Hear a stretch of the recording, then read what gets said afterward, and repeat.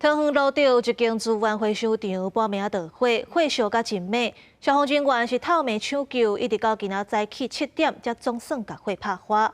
不过这乌烟真高，嘛影响到国道塞车的视线，造成塞车塞2公里长。火正大，烟正高。桃园路德区大新路376巷这间资源回收厂，13透早发生大火，火不止大，一直烧到早起7点多才被拍花。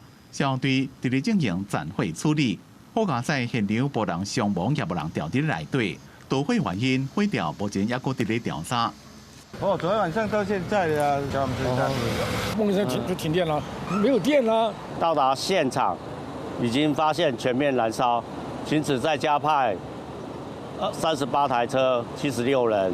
白天的火势已经控制完毕，正在做残火处理。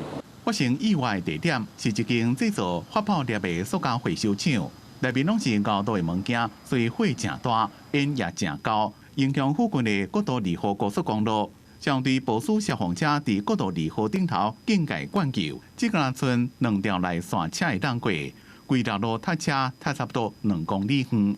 环保局已立即派员在上下风处进行空气品质监测，目前检测结果显示浓度数值尚未超标。环保局讲，路德资源回收厂大火高烟，污染所得检测并无超过标准，会继续追踪空气变化。若是有异常的情形，会随通报。业务人员提醒，呼吸道敏感的族群，包括老大人、囡仔，甲有下肢过敏体质的民众，尽量莫出门。公司新闻采访报道。